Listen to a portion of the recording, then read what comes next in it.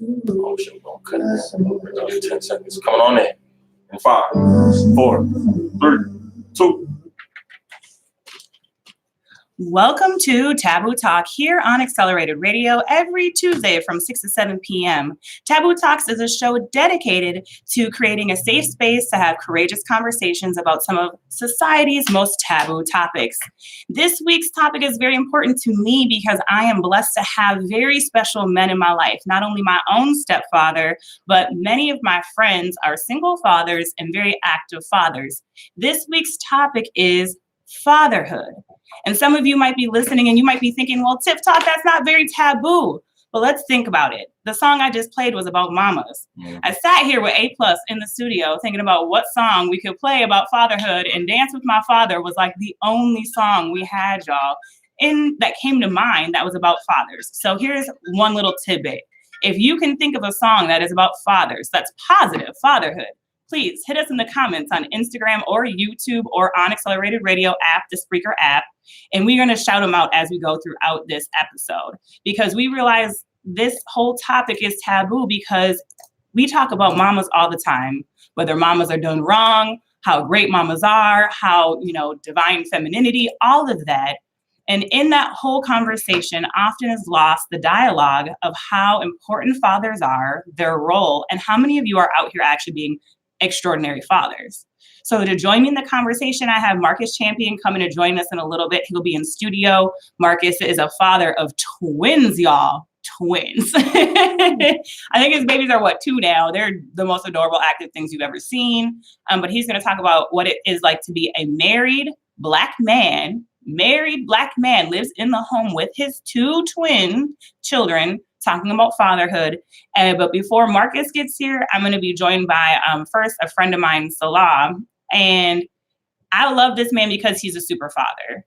I wanted men to join the conversation that represent a spectrum of fatherhood, whether you're in the home with your children or out of the home with your children, or if you're a single father, you're co-parenting, whatever your situation may be. So today we are talking about fatherhood. If you have questions about fatherhood, if you're a woman listening and you're like, men got it all wrong, daddies don't need that, whatever your little attitude is, you know what? Shoot a question to a real man being a real stand-up father. If you are a woman listening and you just have never encountered a quality father, 1, that's unfortunate.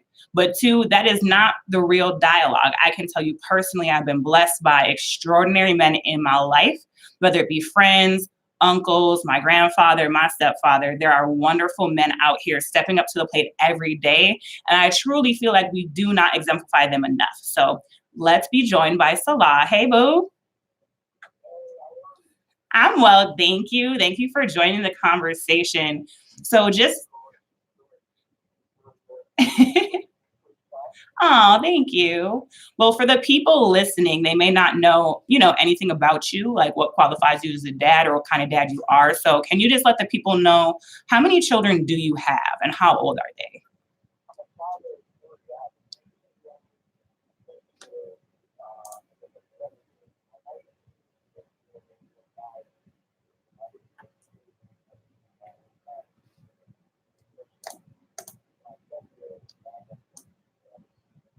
Right.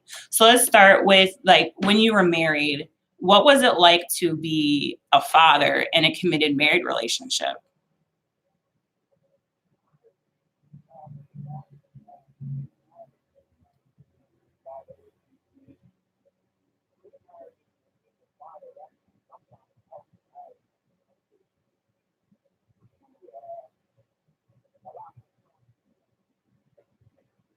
Mm.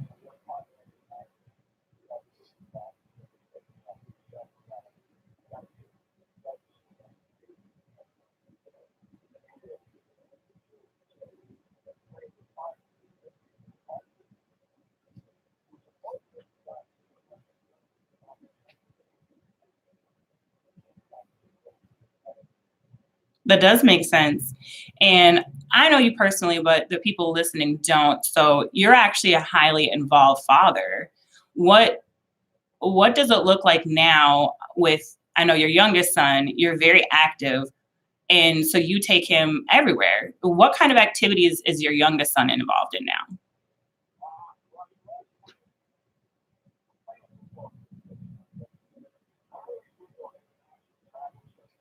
Mm-hmm.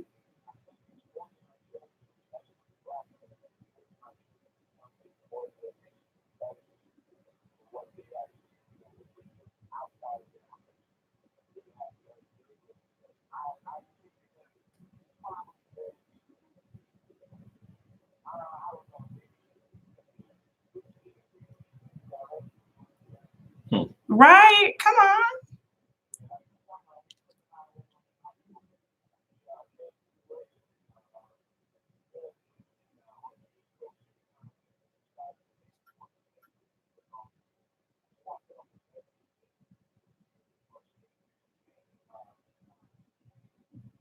Eh,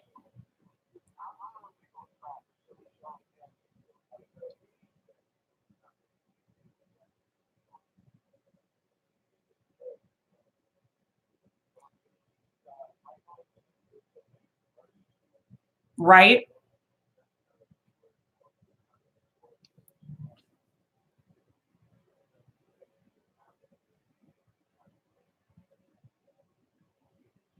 And that was a choice you made to just make him be like,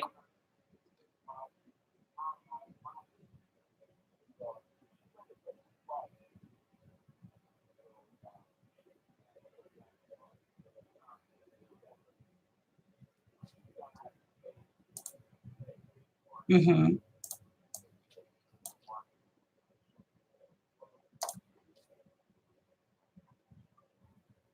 Right. And as a father, do you feel like that's like at the forefront of your mind all the time, is trying to think of like what's best for your child, not just right now, but for the future?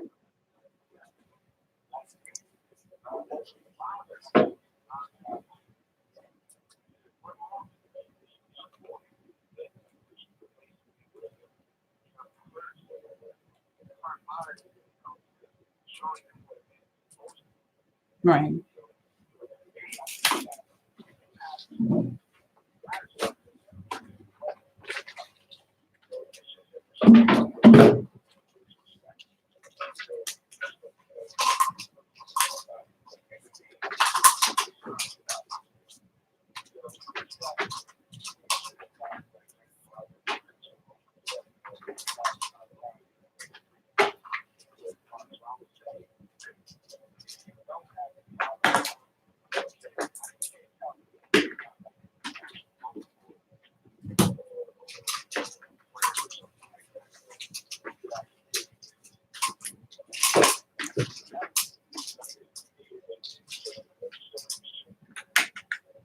Right. No, it definitely takes a village to raise children. I think people really underestimate that, whether it's aunts and uncles, providing relief or respite so you can, take mommy daddy days to yourself. But it definitely takes a whole village. But for you, you said you traveled with your son, and when you're traveling, you're not with his mother, right? It's usually just you and him, or maybe you and some family members.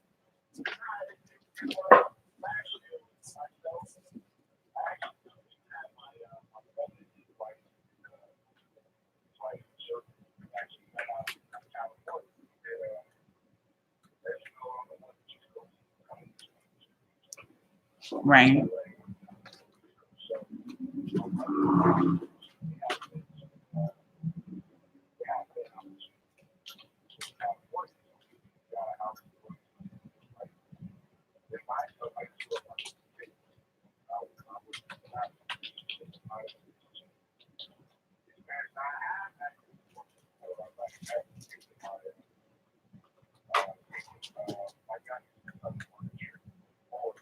Hmm.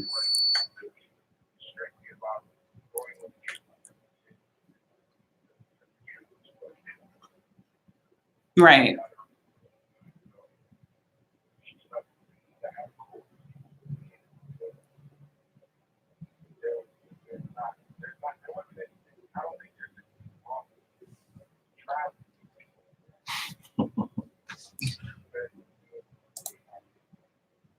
Well, right. And that just goes to the conversation in regards to now you have this new relationship in regards to like you had a co parent, whereas with your first children, your first two children, you were married in a relationship when those children were first conceived.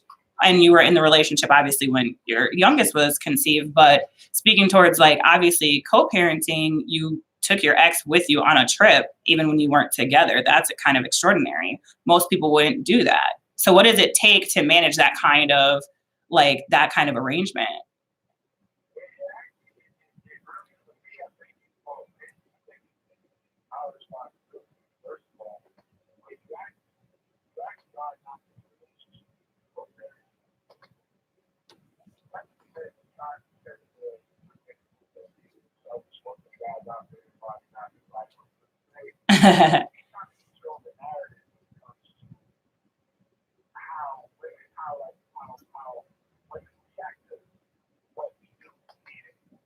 Mm,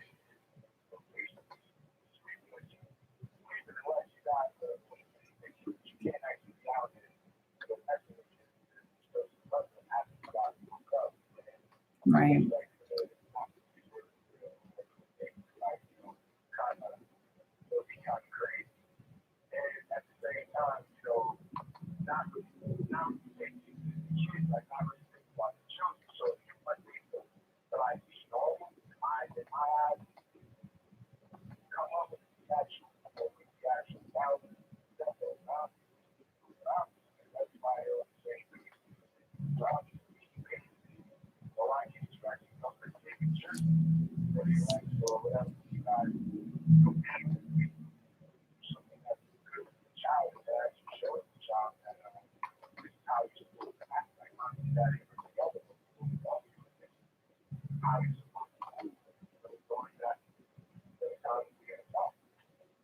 Absolutely. And I think, well, some people may disagree with the selfish, part. I don't think it's selfish at all, but I think you had a good point on, setting boundaries. I think a lot of people struggle in motherhood and fatherhood when it comes to co-parenting in regards to having boundaries. I think a lot of people mess with that boundary of still having sex once you said you've separated. And like you said, that is a huge disruption. It blurs all the lines. It makes it very difficult to co-parent healthily and even manage your own emotional boundaries in a healthy way. So I definitely agree that boundaries are key. But also my question was, I don't know how I've come across all these single dads and just extraordinary super dads that are in relationships. But I think the common thing a lot of you have expressed is the reactions to people when you're with your children by yourself. Like when you're out with your son and people realize like there's no mom around, like has anybody made comments to you, or what is typically the response people give you when they realize like, oh, it's just daddy?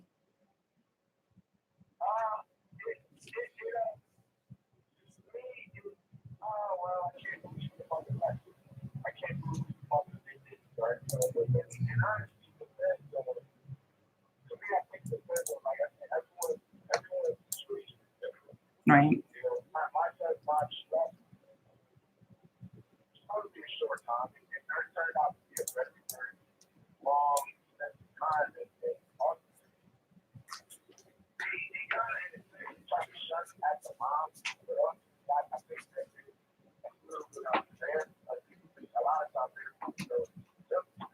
Right.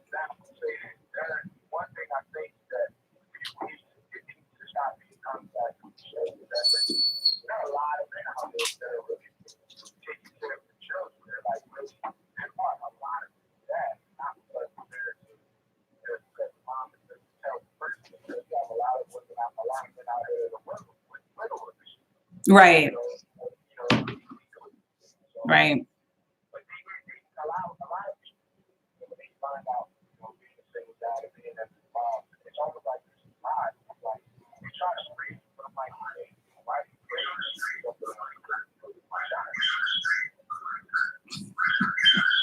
Yes. No, and then that's why I asked you, because I've had, a few of my comedian friends, they travel often. They'll bring their kids with them, out of state to shows, and people always will make comments to them, specifically in the airport when they realize like, where's the mom? And, they'll be like, why does mom need to be here? Like I'm taking my baby somewhere. And society just seems so confused by the fact that like there's like this undertone that we've had in regards to like fathers need to be more involved. But then when you are, we act like it's dangerous to the child. Like, oh no, it's not okay unless mom's around. But you guys are right. And you are completely capable. So I just feel like there's a double standard or some, like, it's hypocritical.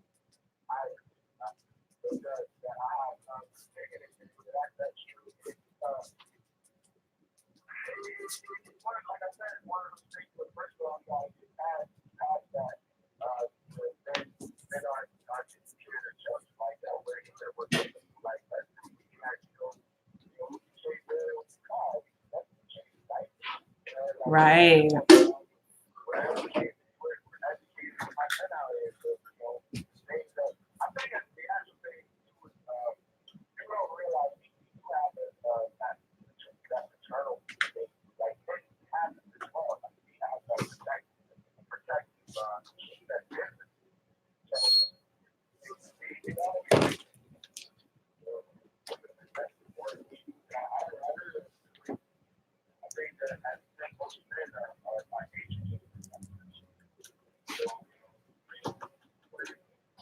Well, actually, I'm so glad you brought that up because I've had this conversation even in like child psychology classes and stuff like that, where we spend a lot of time programming people to think that women are more nurturing.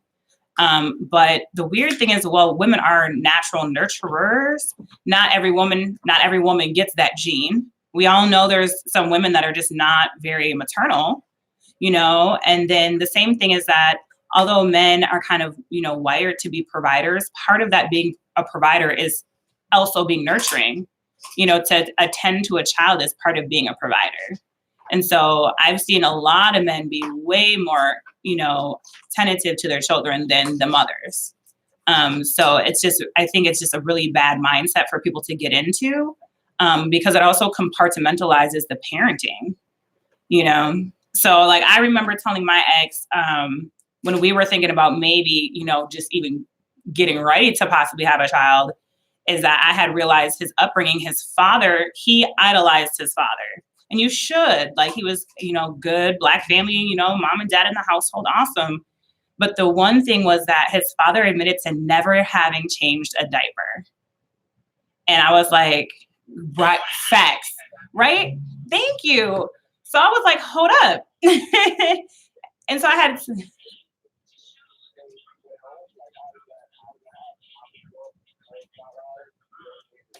facts, like no BS, like the stories that I heard, man, right? So I was like, okay, he was super dad. He used to go to like all the football games, show up to practices, all that stuff. But this one thing was that he never changed a diaper. And I was like, I had like basically had an intervention with my ex and said, like, we will not have a child until you understand that you will be changing diapers. Like, especially I was like, if I have to, like, my plan was to breastfeed. That's a personal decision. If I ever have children, I'll attempt, if I can, to breastfeed. But was that if I have to do that, you have to help out with other things, AKA diaper changing. Like, that's a shared.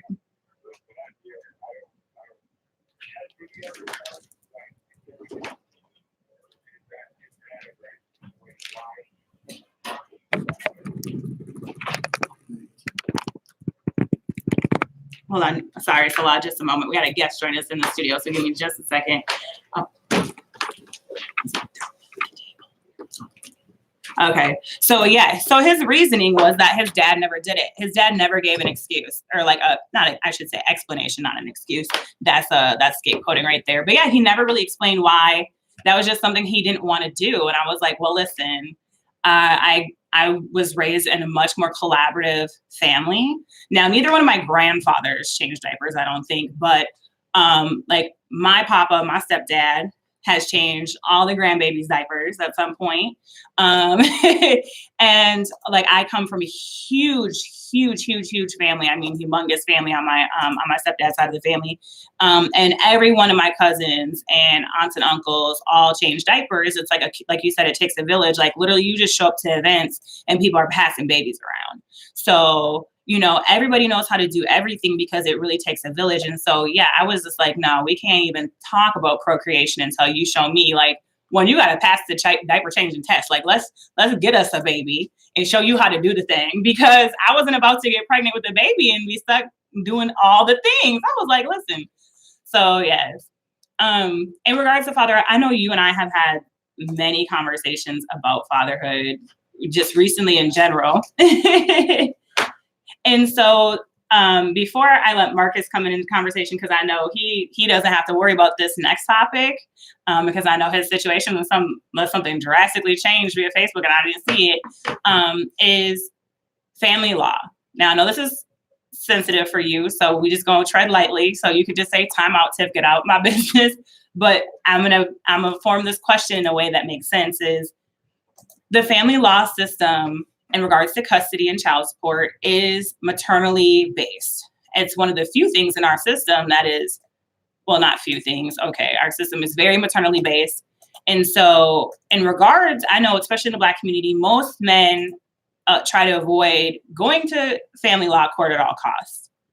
And when they go, they just feel like it's not in their favor. And there's so many reasons why the system is very obviously not in your favor. But in your situation, can you explain, like, hold on just one moment. I have a disruption. I'm distracted. Give me a moment. Yeah. Okay. I got distracted by the background music. I was like, is that someone's phone ringing? Okay, anyways. So in regards to family law, can you like just share a tidbit about your experience thus far? Like, do you have custody agreements with all your children, one of your children? And like, how is the system like either benefited you or screwed you over thus far? And be as vague as you want to be. But I just want people to understand that there's a reason many men are frustrated with the family law system.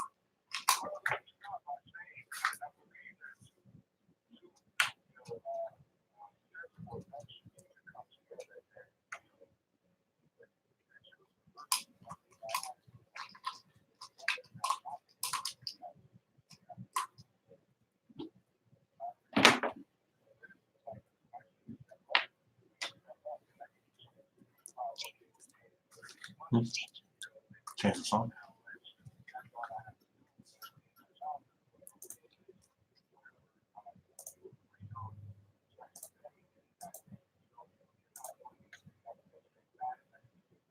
Right.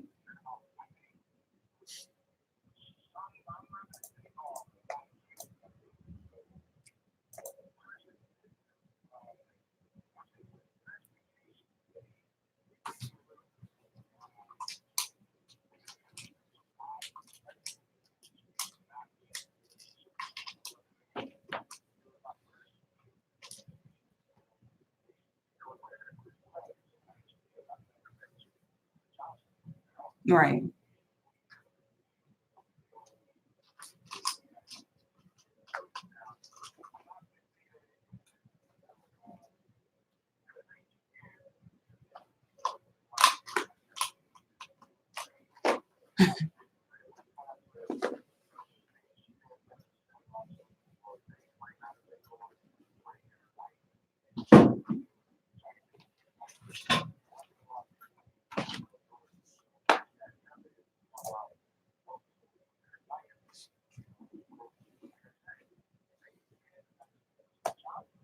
Right.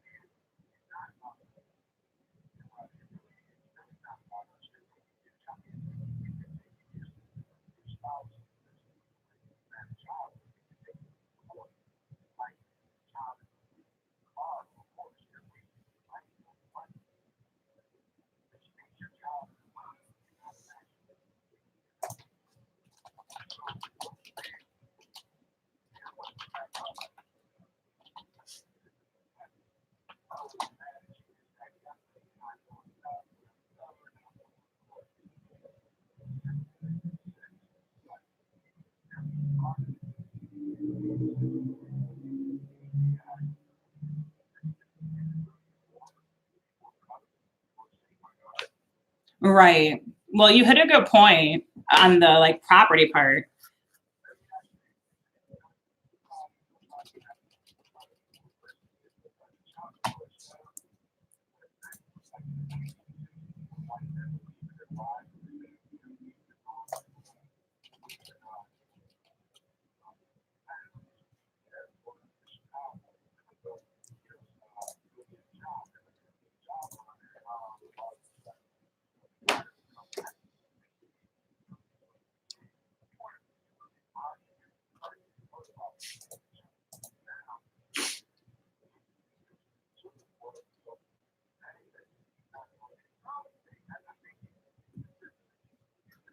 Right. Well, you're right on so many points in regards to the history is definitely much farther than 1960. I don't know the exact year, but family law, yeah, family law court, and like most things, it wasn't, the idea of Black people participating in the system didn't exist when it started. So of course, it's not for Black people, it's not for minority people. It did come from an era from when men were providers, and therefore, if you were going to leave the family system and the time that the system was created. Most all of our systems that involve tracking children track under mothers' names because it's the one thing that, in regards to maternity and paternity, we always know who the mother is because she's at the hospital and she gives birth, right? So I always, even me operating in certain government systems, I was like, well, that's kind of sexist. Why is everything tracked under their mother? And they explained, they're like, because paternity has to be determined by court. We don't always know who the father is, but at birth, we always know because the mother is there. So that's why the system, just from the basis, has always been rooted in favoring maternity because the system tracks who we can find, which is the mother, who we knew who the person was. But in regards to, it was founded in a time that when, if men chose to leave a woman at that particular time, they were the provider and they were leaving women who had not been in the workforce, who had no other way to support themselves. So the system was really created from a tax basis saying that if you're not going to support this woman and that woman may have to go on welfare, that you need to pay the difference or pay for that child. So it really was basically like the government holding you accountable for just not clogging up the system. Now, just like everything else in society, whether it be, manipulating welfare, social security, disability, or anything, all of these systems can be weaponized. And so I do believe the fault in the system is human error. Like you said, women using the systems to weaponize 5 years of being fine, and now she catch an attitude, and now she wants to take you to court. So this is what I always advise men and women.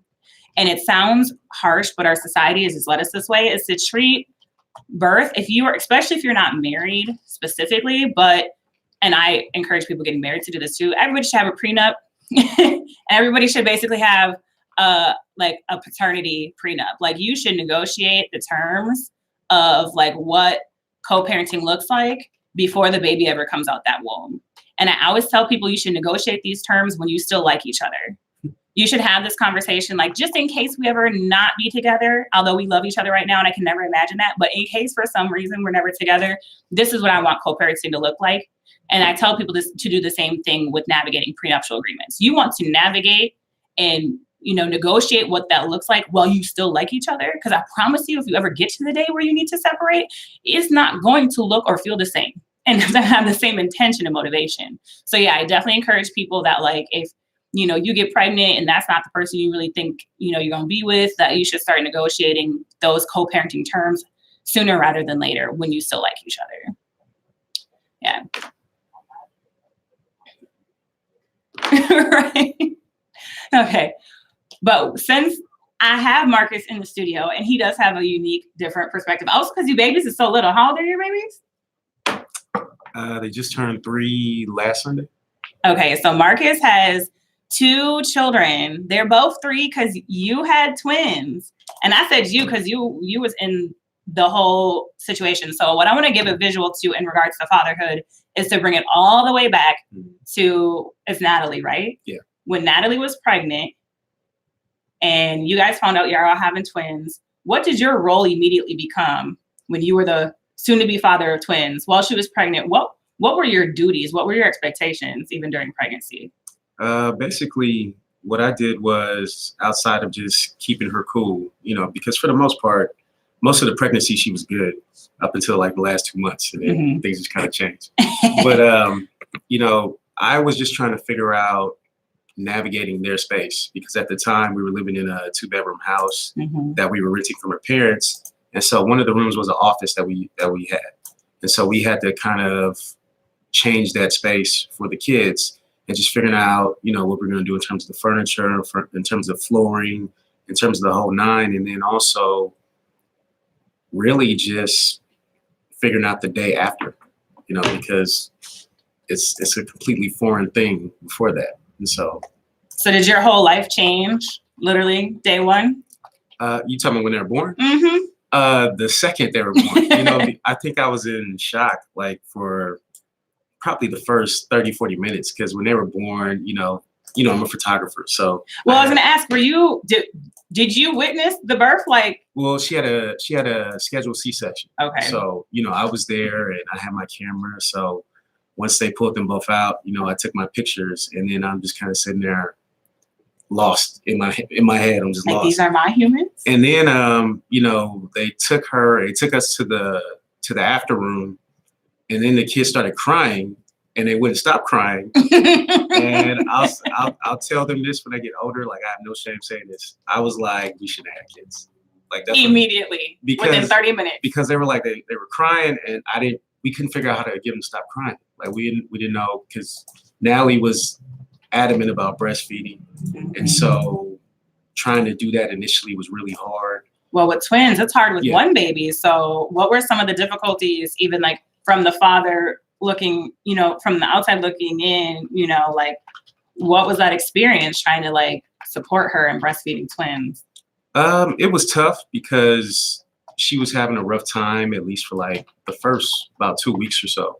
And so because she wanted to do it so badly, we both wanted her to do that badly, just because we understand the health benefits long term, And so we had already planned on, we're gonna do at least 2 years, had the whole 9. And so she's actually still breastfeeding. So. Oh my goodness, your wife is a goddess. Did you say she's still breastfeeding 3-year-olds? Yeah, she's still twins. Oh my gosh. She's trying to figure out a way to cut it off, but yeah, she's still breastfeeding. I would say disclaimer, my bestie breastfed all her children. The first 2 are boys, and they stopped. Boom. First year, 12 months, they was off the boob.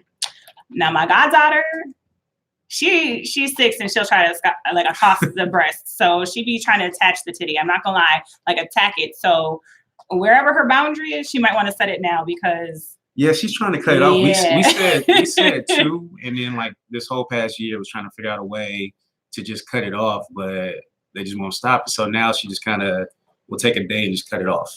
And then, you just trying to get them to, switch to, we try oat milk, we try some regular milk, just trying stuff to get them to look for an alternative. Right. But when she was trying to figure that whole thing out, and she was having a really hard time, she would break down because it was painful, initially it was really painful for her.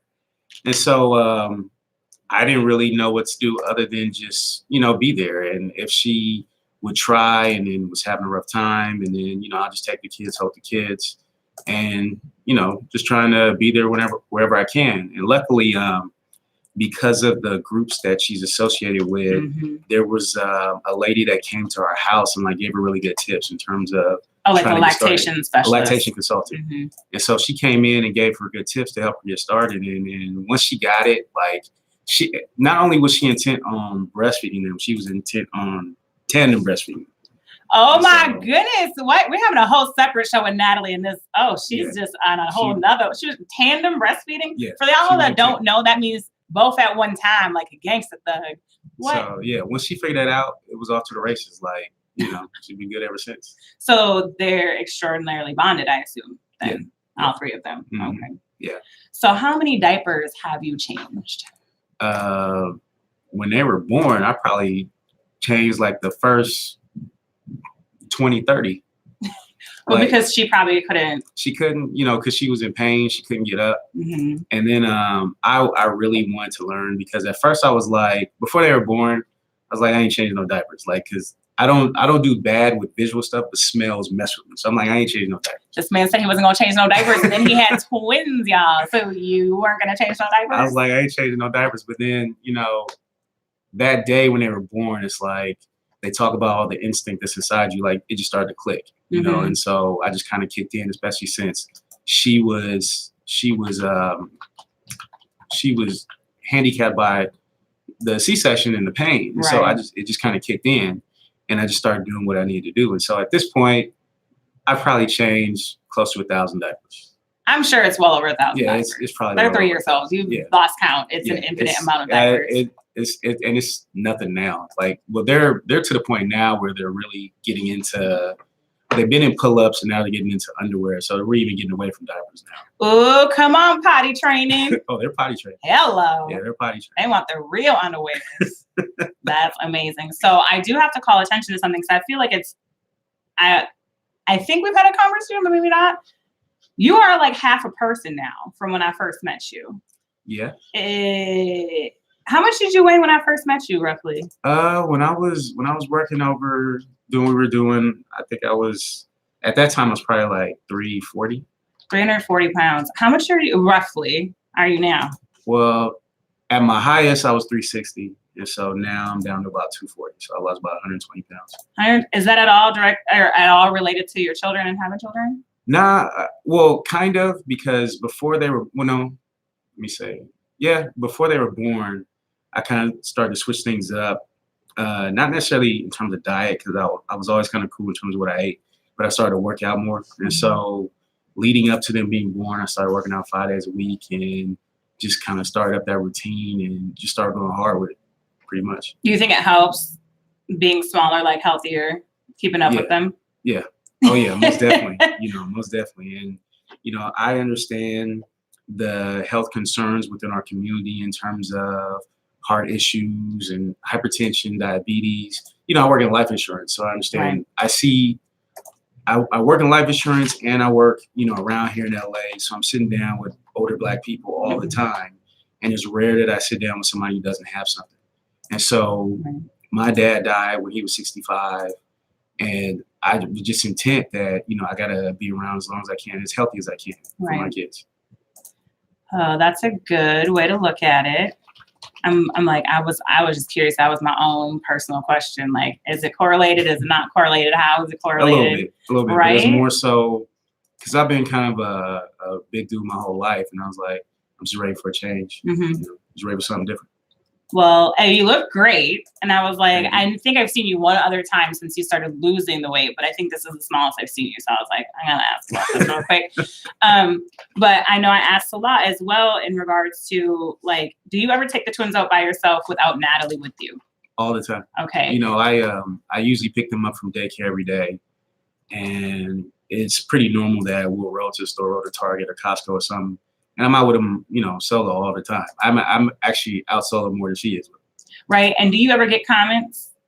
They'll comment on the girls. They, like the girls are cute and people will ogle over them. Nobody really say that to me. No. Okay. The reason I preface that question is because I have a lot of either single dad friends or friends in the industry that travel with their kids, and they get a lot of comments in regards to like just being surprised, like, oh, where's mom? Or like, oh, that's so cute, you're taking him out. Like, you're not supposed to be fathering your child, which involves taking them places and running errands and picking them up from school and whatnot. So I was just curious if you've gotten any commentary from that.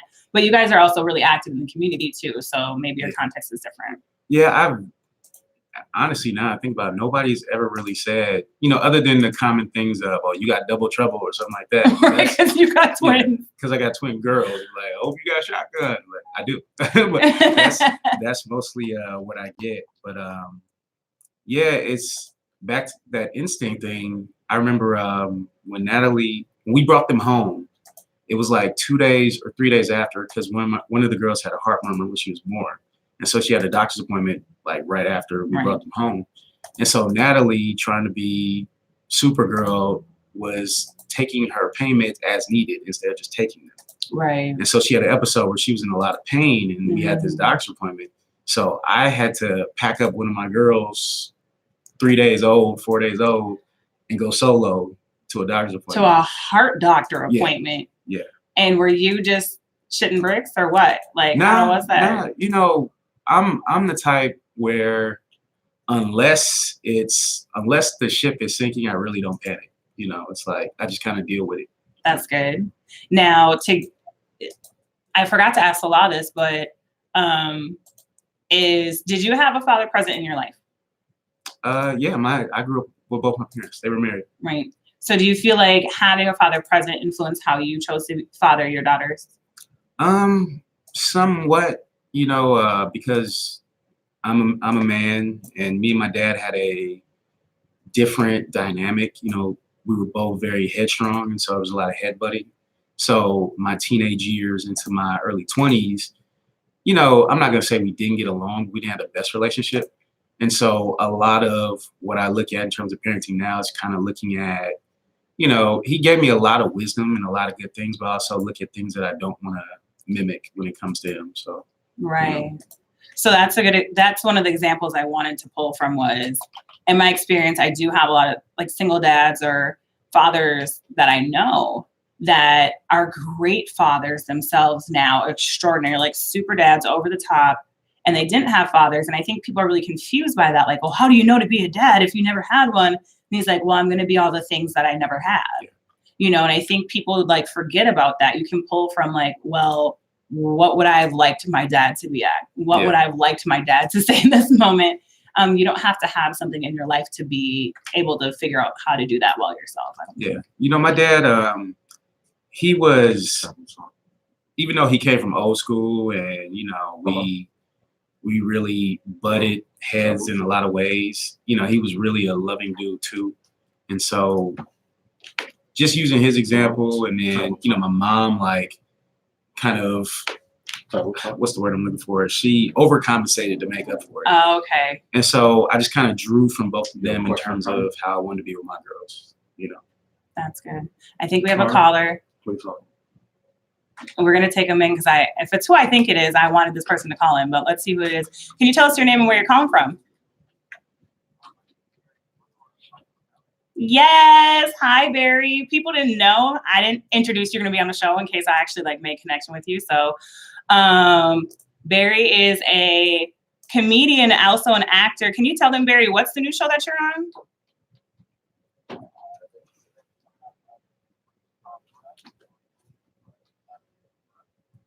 Perfect. And I wanted Barry to call in because, well, Marcus, let's see, Salah had 3 kids. Marcus has twin girls. Barry, how many kids do you have between you and your wife? No, I said between you two. Okay, focus.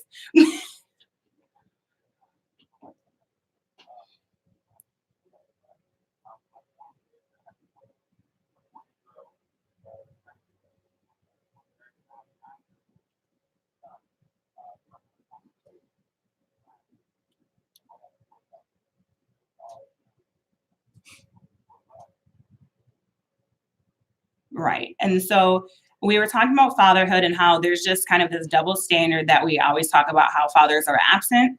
But then when you're present, it's like no one gives you guys credit for the great work that you do. And when I thought of fatherhood and great fathers, I thought of you. You're very welcome. And one of the things I thought of, because I know you, Tony Baker, who else travels with their kids a lot? There's a lot of comedians that I know specifically that travel with their kids. And so can you tell me, has there ever been an incident or like a moment where you were traveling and people were like surprised that mom wasn't with y'all?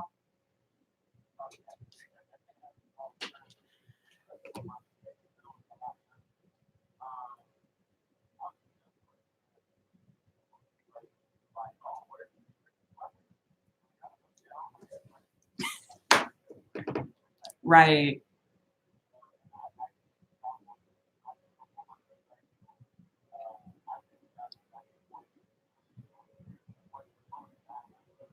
Oh, man.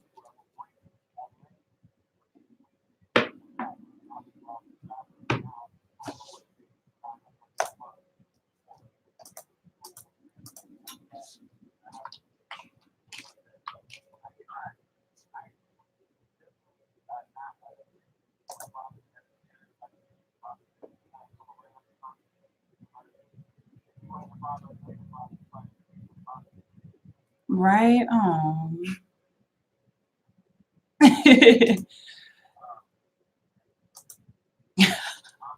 No, it's okay. We're just happy to have you on the show because for those of you who don't know, I've been trying to get Barry on the show since episode 1, but this man is working. He is talented. So I'm just glad you're able to call in and speak to it. So yeah, but I do feel like you are undervalued and people don't speak towards, like you just told me that was a really involved schedule that you have to visit your son.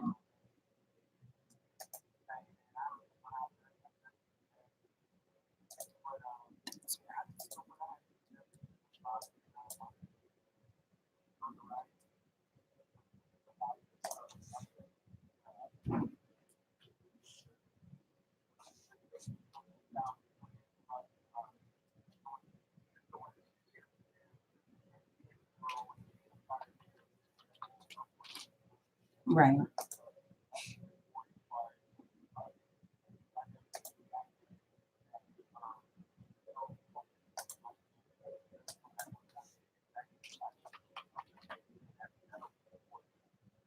Well, I gave accolades today.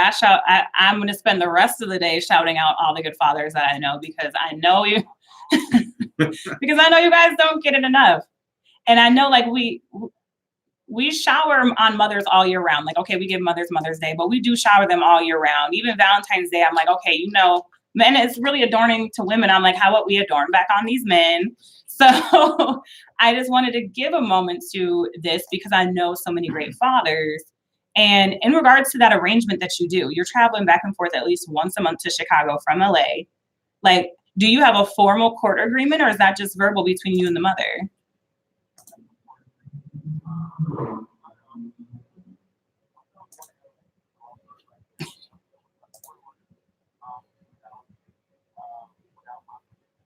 Mm.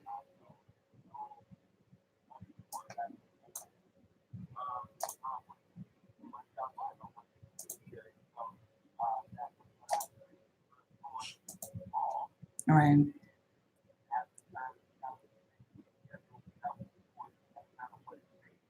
Mm-hmm.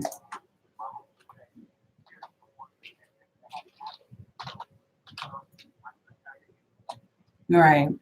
Yeah.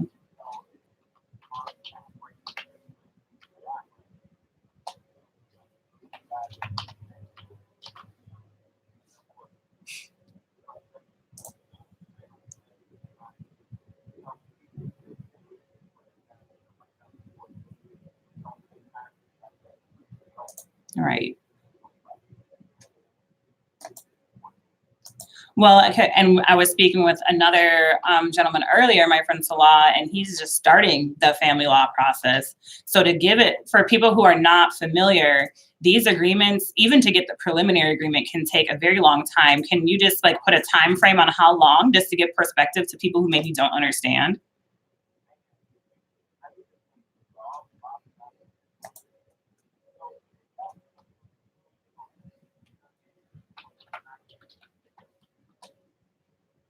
Mm-hmm.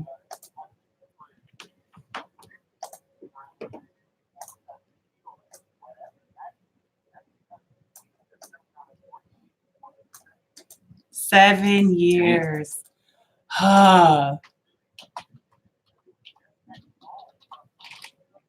Right.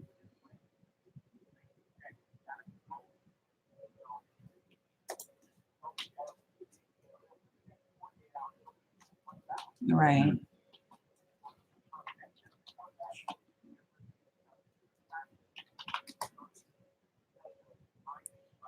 It is.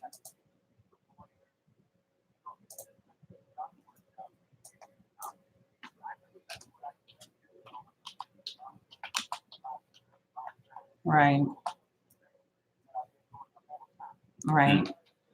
Well, thank you for sharing all of that, Barry. We are so short on time, but I'm gonna bring you back. We're gonna find a way to bring you back. Check out Barry. Go check him out, Barry Brewer Jr. on everything, right?